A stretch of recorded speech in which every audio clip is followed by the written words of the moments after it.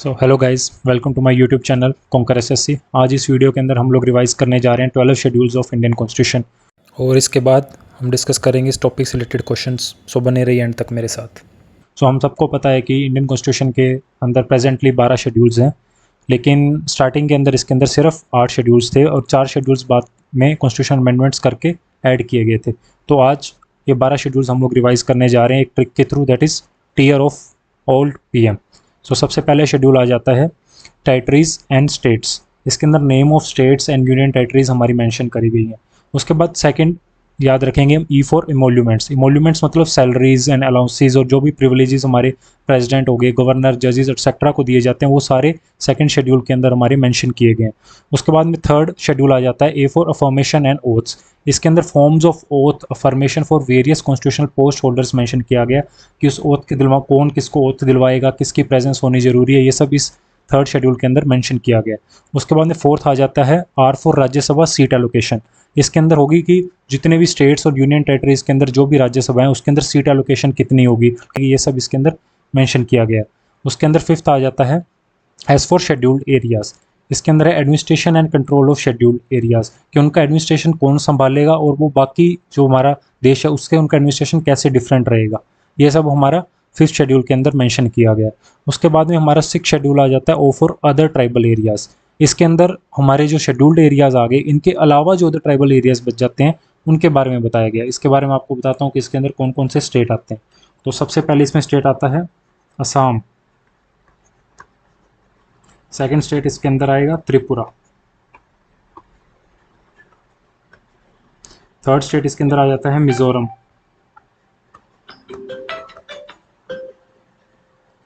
और fourth state इसके अंदर आएगा मेघालय। तो हमें ये चार स्टेट्स इसके अंदर याद रखने हैं और इसकी शॉर्ट ट्रिक है ATM से हम याद रखेंगे असम, त्रिपुरा, मेघालय एंड मिजोरम। एक जो हम इसमें बार बार गलती करते हैं, क्वेश्चन में भी गलती होती है, वो है कि मणिपुर। इसमें हमें याद रखना है कि ATM के अंदर मनी खत्म है, मतलब मणिपुर इसके अंदर नहीं आएगा। सो उसके बाद हम आगे बढ़ते हैं सेवन शेड्यूल, जो कि है फेडरल लिस्ट। इसके अंदर हमारे सब्जेक्ट्स आ जाते हैं जो कि डिफरेंट यूनियन लिस्ट के अंदर, स्टेट लिस्ट के अंदर, कंकरेंट लिस्ट के अंदर मेंशन किए गए हैं। इसके बारे में अगर हम बात करेंगे तो सबसे पहले आ जाता है यूनियन लिस्ट। जो हमारा यूनियन लिस्ट है उसके अंदर लगभग 100 सब्जेक्ट्स मेंशन है, जिसके ऊपर सिर्फ हमारा यूनियन ही लॉ बना सकता है, उसके ऊपर चेंजेस सिर्फ यूनियन कर सकता है। उसके बाद आ जाता है हमारा स्टेट लिस्ट।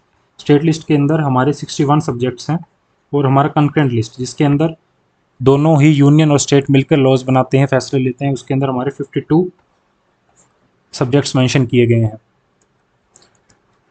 तो आगे बढ़ते हैं। उसके बाद में आ जाता है ऑफिशियल लैंग्वेजेस। सो 8th शेड्यूल है ओ फॉर ऑफिशियल लैंग्वेजेस। आप लोग देख सकते हैं 8th शेड्यूल है ओ फॉर ऑफिशियल लैंग्वेजेस। इसके अंदर है ऑफिशियल लैंग्वेजेस जो रिकॉग्नाइज की गई हैं और उनके क्लासिकल यूज़ और उनके ऑफिशियल प्रोविजंस क्या कुछ हैं। इसके अंदर अगर बात करी जाए तो आज के टाइम पे ऑफिशियल 22 लैंग्वेजेस हैं हमारी, लेकिन स्टार्टिंग के अंदर सिर्फ 14 ही लैंग्वेजेस थी, जो कि बाद में जो लैंग्वेजेस है उनको ऐड किया गया था। तो ये हम लोग आगे देखेंगे कि कौन कौन सी बाकी लैंग्वेजेस थी जिनको ऐड किया गया था। उसके बाद हमारा 9th शेड्यूल आ जाता है लैंड रिफॉर्म्स। जो लैंड रिफॉर्म्स शेड्यूल ऐड किया गया था ये था जिम्मेदारी एक्ट को अबॉलिश करना उसके थ्रू, और laws relating to the land reforms and abolition of जिम्मेदारी, जिम्मेदारी एक्ट नहीं, जिम्मेदारी को अबॉलिश किया गया था, उसके थ्रू जिम्मेदारी एक्ट बनाया गया था, उसके थ्रू ये 9th शेड्यूल के अंदर सारे मेंशन किया गया था। उसके बाद आ जाता है 10th शेड्यूल। डी से हम लोग याद रखेंगे डिफेक्शन। ये एंटी डिफेक्शन लॉ बनाया गया था 1985 के अंदर, 52nd अमेंडमेंट के थ्रू इसको ऐड किया गया था। इसके अंदर है डिफेक्शन लॉ। इसके अंदर disqualification of members of legislature की बात करी गई है कि जब कोई एक मेंबर ऑफ लेजिस्लेचर अपनी पार्टी बदलता है, कुछ करता है, तो उसका डिस्क्वालिफिकेशन किया जाएगा। ये हमारे 10th शेड्यूल के अंदर मेंशन किया गया। उसके बाद आ जाता है हमारा 11th schedule P for panchayats. ये 1992 में 73rd कॉन्स्टिट्यूशनल अमेंडमेंट के थ्रू पंचायत को ऐड किया गया था। इसके अंदर प्रोविजंस रिलेटिंग टू पंचायत है।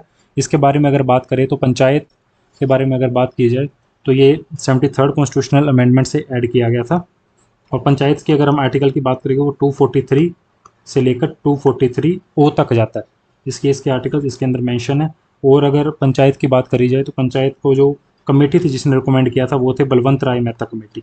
ये हम लोग याद रखेंगे, काफ़ी बार पूछा जा चुका है। बलवंत राय मेहता कमेटी थी जिसने रिकमेंड किया था, और ये रिकमेंडेशन थी 3 टायर कमेटी की कि 3 टायर पंचायत राज सिस्टम होना चाहिए। ये इसके इनकी रिकमेंडेशंस थी।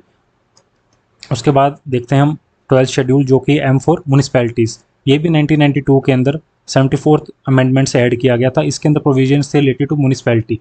इसकी अगर बात करेंगे तो म्यूनिसपैलिटी की अगर बात करें तो इसके जो आर्टिकल्स आ जाते हैं वो 243 पी से लेकर 243 जेड जी तक आते हैं। इसके अंदर म्यूनिसपैलिटी की सारी वर्किंग वगैरह सभी आर्टिकल्स के अंदर मेंशन है। और इसकी अगर कमेटी की बात करी जाएगी तो इसमें 2 कमेटी का नाम मेनली आता है, पी की तुंगन कमेटी और सेकंड है LM सिंघवी कमेटी। ये दोनों कमेटीज हमें याद रखनी है, इसके अंदर काफ़ी बार क्वेश्चन पूछा जा चुका है पहले भी।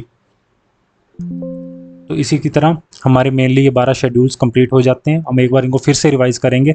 सबसे पहले आ जाता है हमारा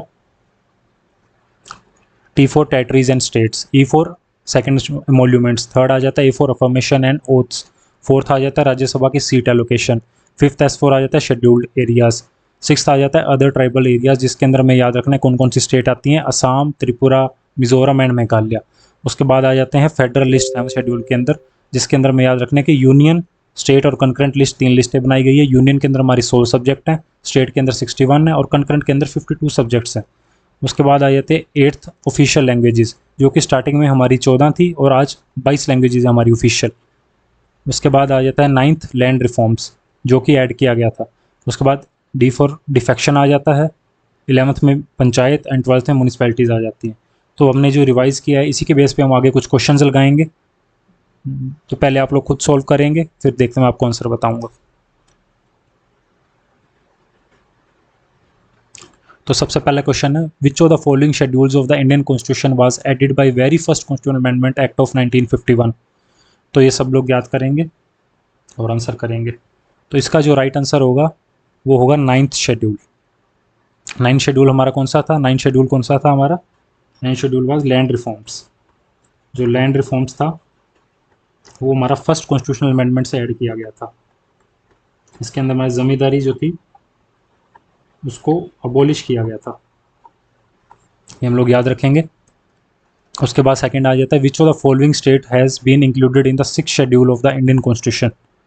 इसके अंदर पूछा गया कि कौन सी स्टेट है जो 6th schedule of the Indian constitution में इन्वॉल्व करी गई है। तो इसके बारे में हमने बार बार क्वेश्चन में मणिपुर को ऐड किया जाता है ताकि बच्चे का गलत हो, लेकिन हमें याद रखना है कि इसका जो सही आंसर होगा वो होगा मेघालय, क्योंकि इसके अंदर हमने पढ़ा था ATM जो कि असम, त्रिपुरा और मेघालय एंड मिजोरम की बात करता है। उसके बाद में थर्ड क्वेश्चन आ जाता है हमारा in which schedule of the Indian constitution is the division of legislative powers union, state, concurrent list explicitly defined. कौन सा शेड्यूल है जिसके अंदर ये तीनों लिस्ट डिफाइन करी गई है? इसके बारे में हमने अभी भी पढ़ा था और ये हमारा आ जाता है 7th शेड्यूल। इन सबको कैसे याद रखेंगे मैंने आपको ट्रिक भी बताई है कि कैसे याद रखना है। आपको एक बार फिर से रिवाइज करा देता हूँ। That is tier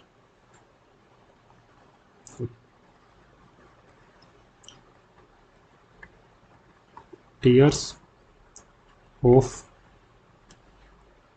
old PM, इससे हम लोग याद रखेंगे। फर्स्ट में आ जाएगा टेरिटरी, सेकंड में मॉन्यूमेंट्स, थर्ड में फॉर्मेशन एंड ओथ, फोर्थ के अंदर हमारा राज्यसभा की सीट्स, फिफ्थ में आ जाते हैं हमारे शेड्यूल्ड एरियाज, उसके बाद other scheduled areas, federal list, उसके बाद official languages, L for land reforms, D से डिफेक्शन आ जाएगा, P से पंचायत है और M से हमारा आ जाता है म्यूनिसपैलिटीज़। ठीक है, उसके बाद हम आगे बढ़ते हैं। Fourth question which of the following languages was not originally included in the 8th schedule of the constitution but was added later through an amendment। तो अब जैसे मैंने स्टार्टिंग में आपको कहा था कि हम बाद में इस चीज़ को एक्सप्लेन करेंगे, तो वो क्वेश्चन देखते हैं कि कौन सा जो था जो बाद में ऐड किया गया था। तो इसका जो राइट आंसर होगा वो होगा हमारा सिंधी। आपको ओडिया भी दिया गया कंफ्यूज करने के लिए जो, लेकिन जो इसका राइट आंसर होगा वो होगा सिंधी। कैसे होगा उसके बारे में हम आपको बताते। इसका राइट आंसर होगा हमारा सिंधी। सो सबसे पहले हमारी ओरिजिनली जो ओरिजिनली हमारी 14 लैंग्वेजेस थी, लेकिन लेटर ऑन 8 लैंग्वेजेस और ऐड कर दी गई थी। तो उन 8 लैंग्वेजेस के बारे में हम लोग पढ़ेंगे। तो सबसे पहली जो लैंग्वेज ऐड करी गई थी वो थी सिंधी। कब? 1967 के अंदर, और इसको 21st कॉन्स्टिट्यूशनल अमेंडमेंट के थ्रू ऐड किया गया था। उसके बाद में जो लैंग्वेजेस ऐड करी गई वो थी कोंकणी, मणिपुरी एंड नेपाली। इनको ऐड किया गया था 1992 के अंदर बाय 71st कॉन्स्टिट्यूशनल अमेंडमेंट। उसके बाद याद रखेंगे बोडो,